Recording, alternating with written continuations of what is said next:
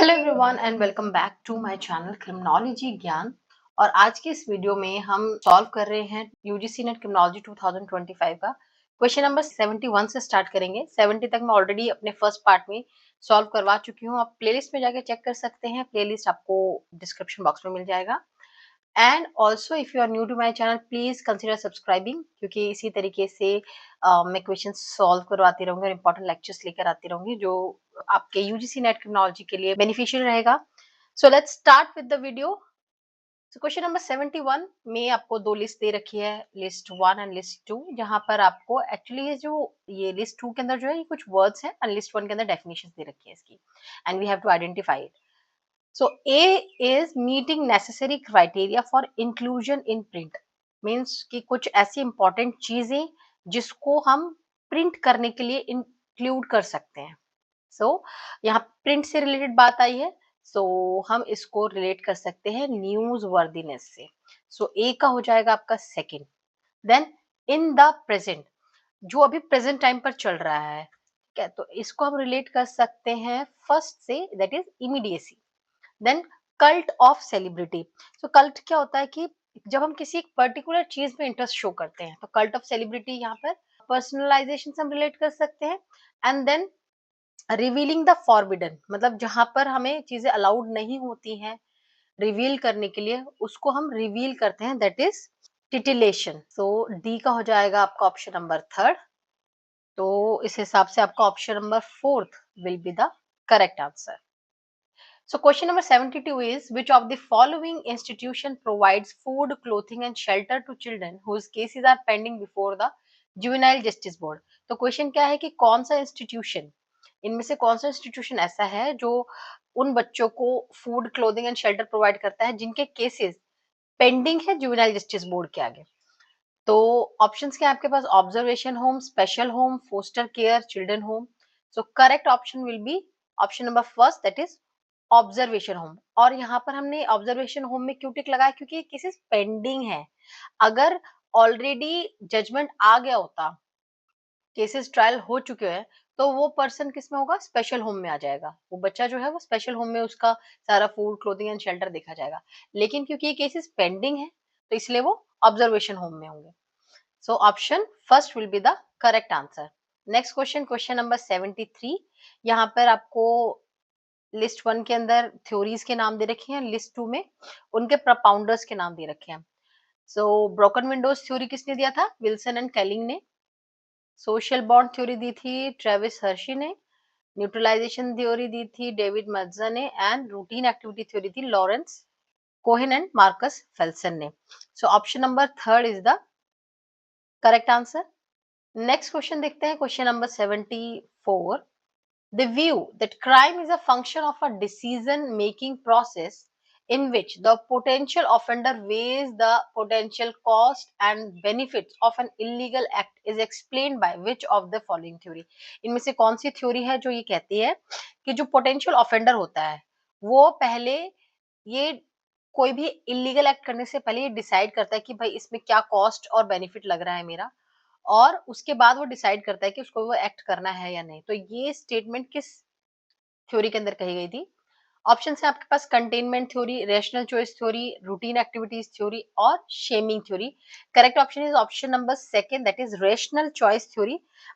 तो बाकी थ्योरीज के बारे में भी समझ लेते हैं कि बाकी थ्योरीज के अंदर क्या बातें कही गई हैं। कंटेनमेंट थ्योरी कहती है कि कुछ इंडिविजुअल्स ऐसे होते हैं जिनको हाई रिस्क एनवायरनमेंट में भी रख दो, लेकिन उसके बावजूद भी वो क्राइम कमिट नहीं करते हैं। तो रीजन क्या है? रीजन ये कहते हैं, जो वॉल्टर रेकलेस जो जिन्होंने ये थ्योरी प्रोपाउंड करी है, उनका कहना है कि जो डेलिंक्वेंसी है वो प्रिवेंट कैसे हो सकती है, by two types of containment. ठीक है, first is inner containment and second is outer containment. Inner containment and outer containment.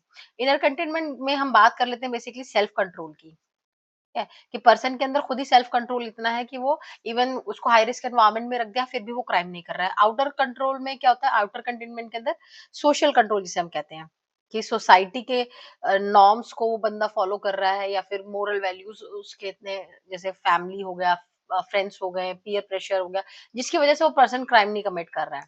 तो इसीलिए यहाँ पर ये दो कंटेनमेंट की बात करी गई है इस थ्योरी के अंदर, और ये दिया था वॉल्टर रेकलेस ने।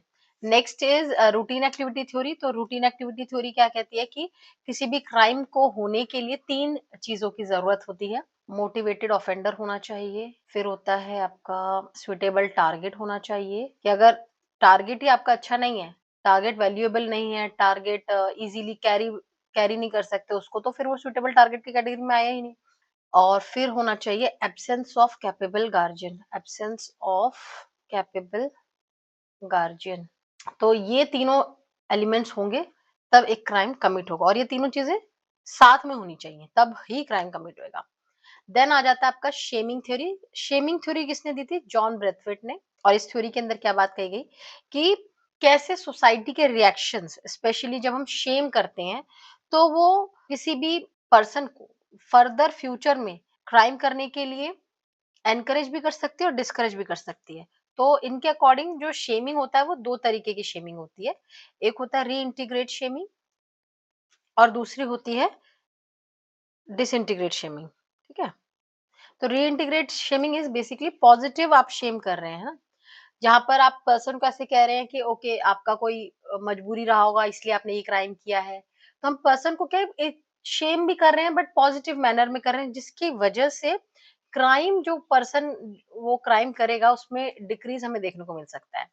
और डिसइंटीग्रेट क्राइम जो डिसइंटीग्रेट शेमिंग जो होता है उसमें ये नेगेटिवली हम पर्सन को शेम करते हैं कि you are responsible for what you have done, या फिर इस तरीके से कह सकते हैं कि आपने क्राइम कमिट किया है तो आपको पनिशमेंट मिलना चाहिए, आप इस सोसाइटी में रहने के लायक नहीं, इस तरीके से कुछ डिसइंटीग्रेटिंग बातें कहकर उसको उसको शेम करते हैं, और जिसकी वजह से वो पर्सन क्या एक्सेप्ट करने लग जाता है कि ओके अब सोसाइटी तो मुझे एक्सेप्ट नहीं कर रही है, अब मैं सुधरना भी चाहूँ तो भी नहीं सुधरना चाहता।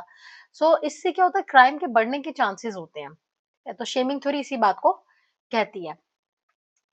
Next question is question number 75।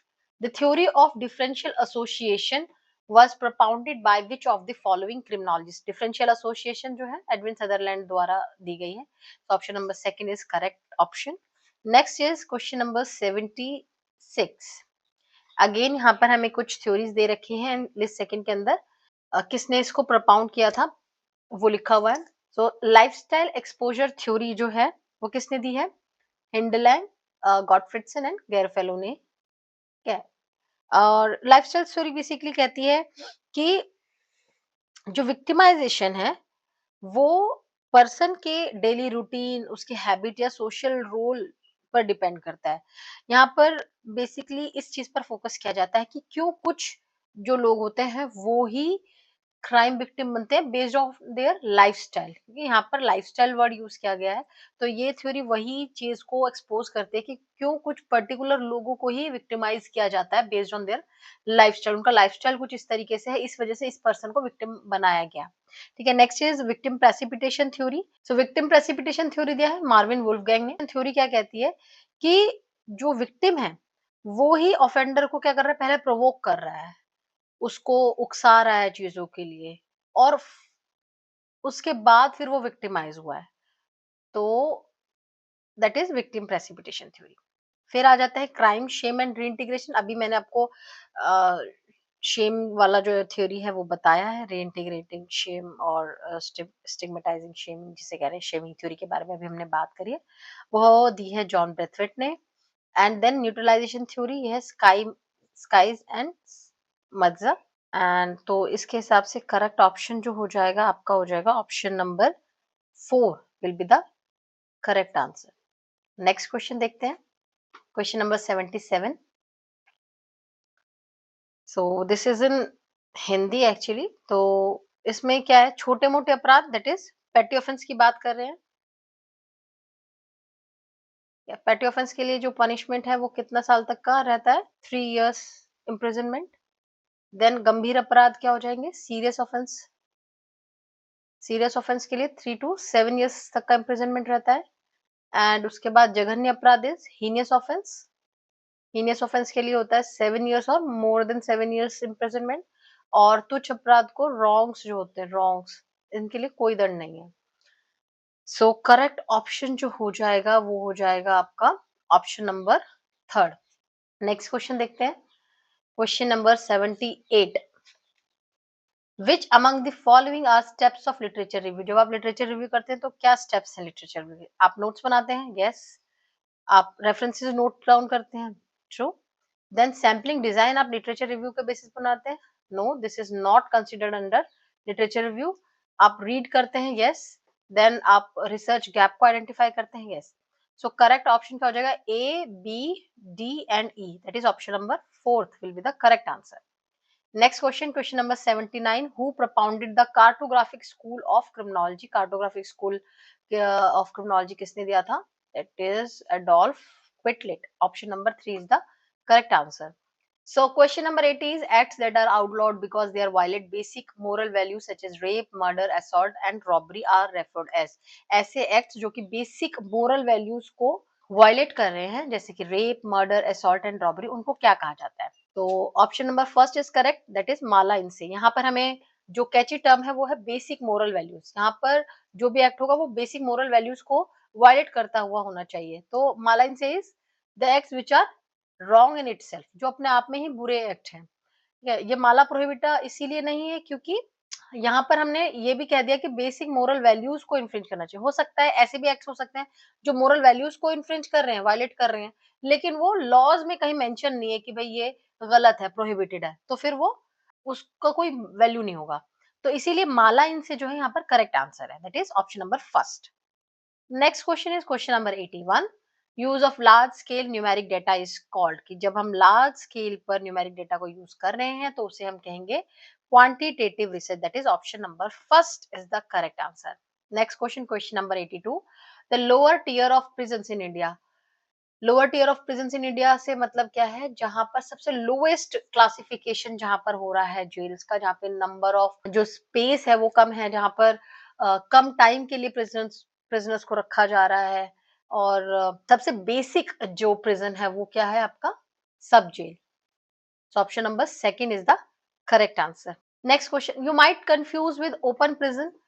तो ओपन प्रिजन देखो क्या है कि सेंट्रल जेल में कोई पर्सन रहा है, उसके हमने गुड कंडक्ट देखा, उसके बाद उसको सेंट्रल जेल से शिफ्ट किया जाता है ओपन प्रिजन में, तो वो लोएस्ट टियर ऑफ प्रिजन नहीं है, ठीक है।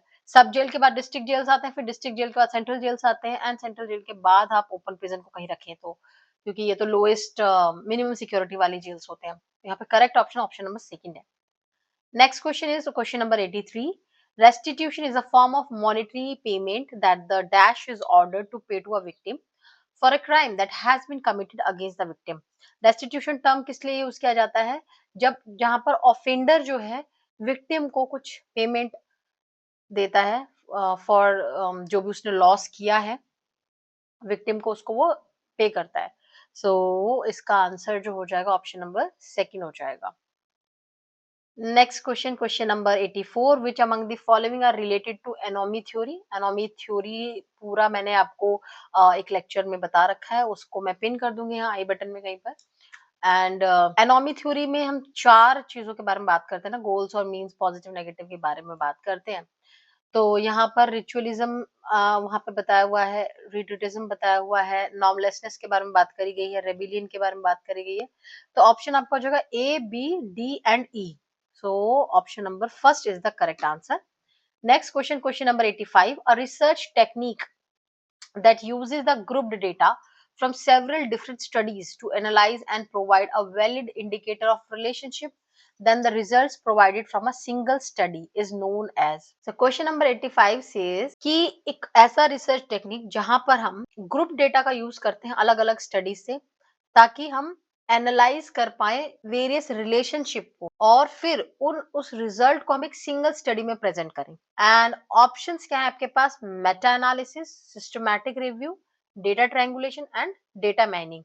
सो correct option is option number first, that is meta analysis. तो मेटा एनालिसिस जनरली हम यूज करते हैं क्वांटिटेटिव डेटा को एनालाइज करने के लिए। बात कर लेते हैं सिस्टमैटिक रिव्यू क्या होता है, जहां पर हम एग्जिस्टिंग रिसर्चेस को हम रिग्रेस और स्ट्रक्चर रिव्यू करते हैं और उसको समराइज करते हैं, और जरूरी नहीं है कि हम उसको स्टैटिस्टिकली कर रहे हैं, ठीक है। तो दैट इज सिस्टमैटिक रिव्यू। हम क्या कर रहे हैं? सिर्फ इसमें स्ट्रक्चर्ड रिव्यू कर रहे हैं एग्जिस्टिंग रिसर्च का।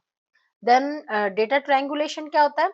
जहां पर हम मल्टीपल डेटा सोर्सेज, मेथड्स और थ्योरीज को यूज करके हमारी जो सिंगल स्टडी है उसके रिजल्ट्स को क्रॉस वैलिडेट करते हैं कि भाई जो हमने जो भी फाइंडिंग्स निकाली हैं क्या वो सही है, उसको क्रॉस वैलिडेट करने के लिए हम क्या कर रहे हैं, मल्टीपल डेटा सोर्सेज, मेथड्स और थ्योरीज का यूज कर रहे हैं।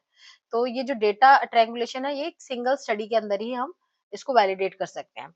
देन आ जाता है डेटा माइनिंग, जहां पर हम क्या कर रहे हैं, लार्ज डेटा सेट्स को एक्सप्लोर कर रहे हैं टू अनकवर सम पैटर्न और रिलेशनशिप। और जरूरी नहीं है कि हम रिसर्च स्टडी को ही कंबाइन करें, तो डेटा माइनिंग के अंदर हम कोई भी डेटा सेट ले सकते हैं। तो यहाँ तक आपको समझ में आ गया। Next question is question number 86। Which of the following is not an element for an act to qualify as a crime? एक एक एक्ट को क्राइम होने के लिए इनमें से कौन सा एलिमेंट नहीं चाहिए? एक्टर सीरियस तो होना चाहिए क्योंकि गिल्टी एक्ट होना चाहिए, देन मेंस्ट्रुअल गिल्टी माइंड भी होना चाहिए। द कॉन्करेंस रिक्वायरमेंट मतलब गिल्टी एक्ट और मेंस्ट्रुअल दोनों साथ में होना चाहिए। एंड माला इनसे is the act which is wrong in itself, तो ये एलिमेंट नहीं है। Option number 4 is correct. Question number 87, which of the following variables does not reflect the routine activities theory? अभी हमने ऊपर भी एक क्वेश्चन सिमिलर ऐसे ही पढ़ा था। तो इनमें से कौन सा जो वेरिएबल है वो रूटीन एक्टिविटी थ्योरी को रिफ्लेक्ट नहीं करता है? ऑप्शंस क्या है, the availability of suitable targets, the absence of capable guardians, the presence of motivated offenders, the absence of economic opportunity. तो अभी हमने ऊपर पहले ये बात कर ली थी, तो ऑप्शन नंबर 4 जो है इसमें करेक्ट आंसर है कि इकोनॉमिक अपॉर्चुनिटी एब्सेंस जो है रूटीन एक्टिविटी थ्योरी में मेंशन नहीं। Next question is question number 88। Arrange the following processes in order of their occurrence. इनको सीक्वेंस में हमें लगाना है। IO report by police to court. IO is investigating officer. Then charge sheet filed by court. Victim gives complaint to police. Victim deposits during trial and inquiry by police. तो सबसे पहले क्या होगा, victim जो है complain करेगा police को, उसके बाद पुलिस क्या करेगी, inquire करेगी उस चीज को। Then investigating officer पुलिस को investigation officer जो है कोर्ट में अपनी रिपोर्ट पेश करेगा। वो रिपोर्ट चार्जशीट भी हो सकती है या फाइनल रिपोर्ट भी हो सकती है। फिर चार्जशीट जो है कोर्ट फाइल करेगी। Then victim deposits during trial. And the correct option is option number 4, that is CEABD।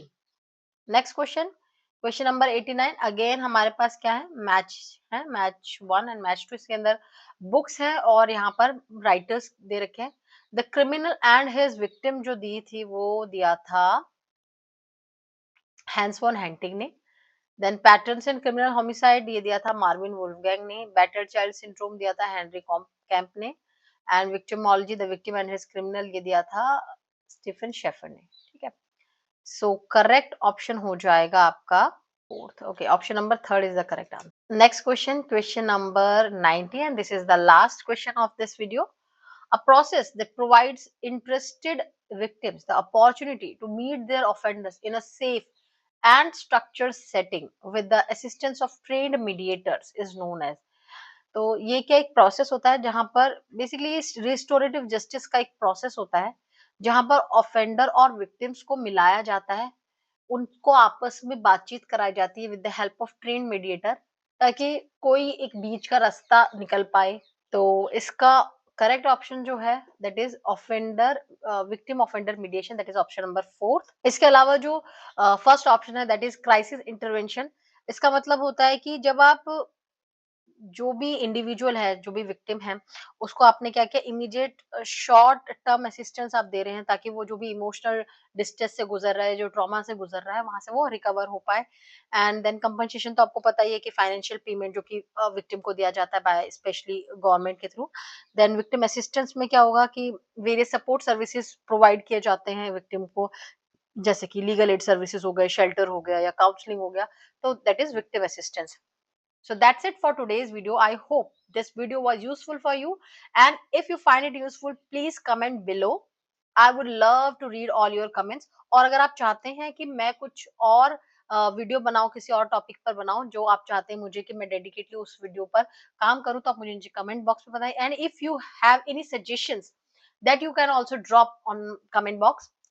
मिलते हैं नेक्स्ट वीडियो में। Till then bye bye and take care.